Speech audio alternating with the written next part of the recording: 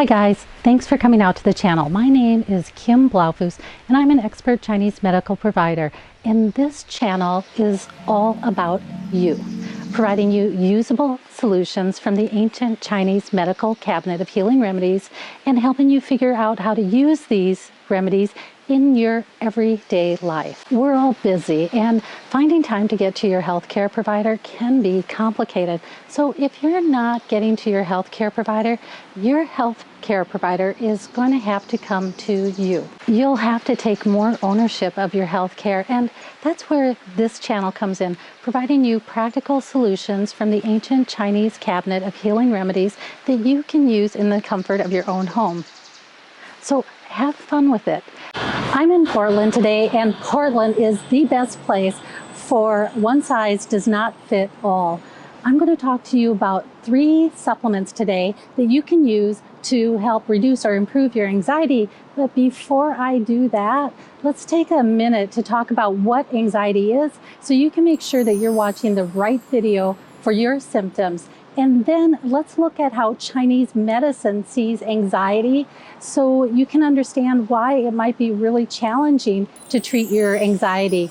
And then let's look at 3 supplements that you might need more of and that can help reduce and control your anxiety. This episode isn't a 5 simple steps to overcome anxiety. If you're suffering from anxiety, you already know anxiety is more complicated than that. You've probably already tried multiple things to get your anxiety under control. Each of us is a unique individual and one size doesn't fit all. This episode is about giving you some more tools to help you overcome anxiety. As much as you want to get rid of your anxiety, it's supposed to be a healthy human experience. It only becomes destructive when it begins to be this continuous internal feeling of nervousness and restlessness that interferes with your life. And that's when you want to get rid of anxiety or at least minimize it. Why do you have anxiety? Because there's a lot of things going on.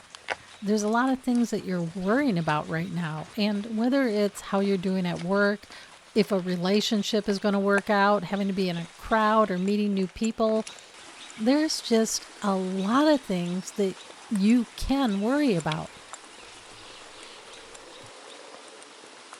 And worry is just the mental process of anxiety. It's like your mental gym.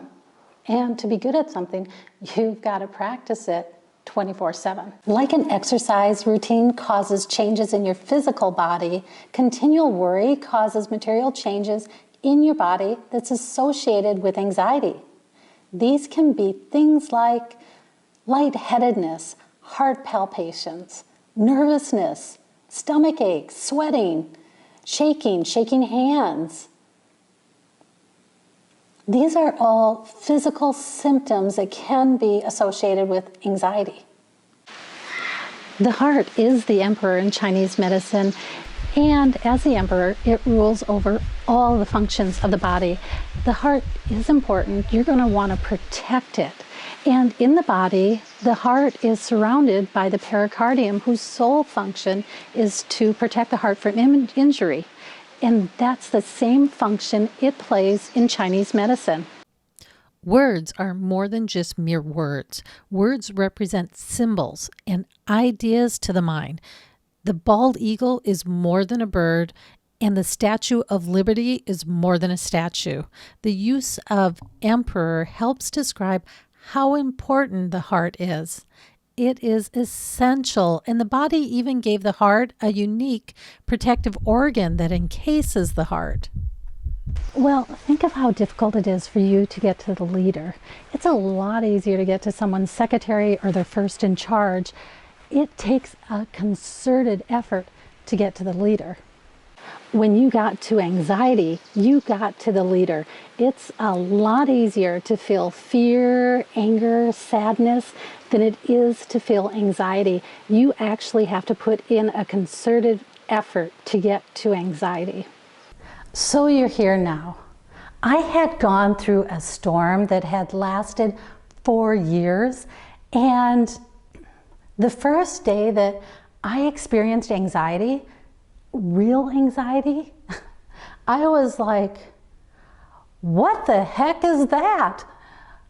The worst emotion ever. And until that time, I truly could not sympathize with somebody who had anxiety.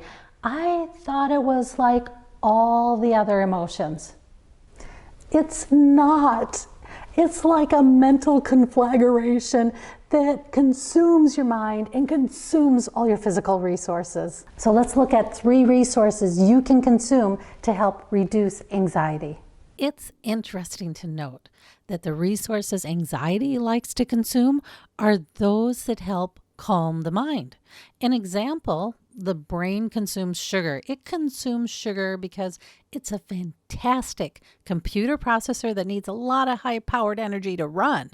Starving the brain of sugars, not high fructose corn syrup, because the brain can't use high fructose corn syrup. In fact, I'm going to put another link in the video description below to another article on high fructose corn syrup and how it relates to cholesterol and weight gain. You're going to find it amazing. I found the information shocking. Back to the brain. The brain doesn't see high fructose corn syrup as sugar, and that's just one amazing fact with this ingredient. So, the brain starved of glucose, and you start to experience mental decline. And personality changes. I'm looking at the brain and the mind separately. The brain is the actual physical structure that needs energy to run, while the mind is how it processes the information. Like a computer program, it needs specific inputs in order to function correctly. So the brain is the computer and the mind is like the program. Let's look at some of the specific inputs the mind needs in order to function. Okay, the first supplement is vitamin B6. If you're suffering from anxiety, usually you are also low on vitamin B6, and this supplement is water soluble, which means your body can only use what it needs at that moment, and it gets rid of all the rest. Your body doesn't store toxic levels of this vitamin. You can find vitamin B6 in meats like chicken, pork, beef. You can find it in fruits and vegetables like avocados, carrots, spinach, in grains like garbanzo beans, kidney beans, brown rice. Pretty much every whole food has vitamin B6, and adults only need about 1.5 milligrams a day. So you would think this would be an easy one to consume enough of each day, but it isn't for a couple of reasons. Food choices. Alcohol and high fructose corn syrup. Both of these convert to acetaldehyde in the liver, and that is a bad thing. It oxidizes the active form of B6 in the liver, and you can't get away from high fructose corn syrup. It is in everything, and it's not just food choices. Some medications deplete B6, including corticosteroids and some anti-seizure drugs. So you're going to find some links below in the video description to some of the research on both these items. Research has shown that anxiety uses up vitamin B6, and the research has also shown that by supplementing with B6, you can reduce your stress by as much as 20%. I'm going to put a link to this article in the video description below. Even if you were to take a vitamin B6 supplement with a recommended RDA, you would be fortunate to get enough vitamin B6. To learn more about the RDAs, I've got another link below in the video description. So what does vitamin B6 do in the body?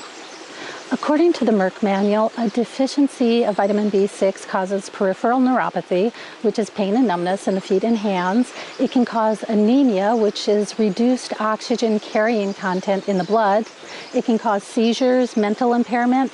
Just from the symptoms of deficiency alone, we can see that vitamin B6 plays a significant role in carrying nutrition to the brain. Okay, so find yourself a great vitamin B supplement that's more than the RDA. And if you can't find a great supplement, check out my store. All the supplements that you find here in this episode, you're going to be able to find on my store. And you can also find them from a local health nutritionist. So vitamin B6, right? What are the other supplements? Well, chromium for one. Vitamin B6 and chromium may have this synergistic effect in some individuals. Chromium improves insulin regulation, and that improvement has the potential to reduce depression.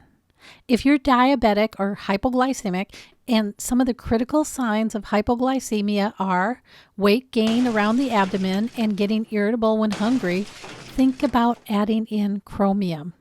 Chromium picolinate can improve neurotransmitter metabolism in the brain, and neurotransmitters like serotonin and dopamine. Vitamin B6 and chromium have another potential benefit. These two together may help with that middle-age spread or weight gain. If you were just minding your own business, going about life, and one day you wake up and say, what the heck happened? How did I gain this much weight? Maybe start incorporating these two supplements into your daily routine. The last one is magnesium, and 68% of the people in the US do not get enough magnesium. Low magnesium levels can cause depression, high blood pressure, and heart disease. Magnesium has a long history of its ability to sedate the nervous system. Magnesium also supports sugar metabolism, and some research indicates it may be helpful for people with type 2 diabetes. Vitamin B6 and magnesium are another combination that works synergistically to improve mood and promote the normal function of the nervous system.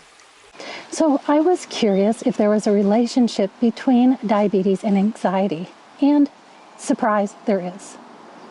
In one study of over 750,000 participants, those with diabetes, 12% of them experienced anxiety, whereas those without diabetes, only 6% of them experienced anxiety. Okay, guys, that's a wrap. And until next time, I'll catch you on the other side.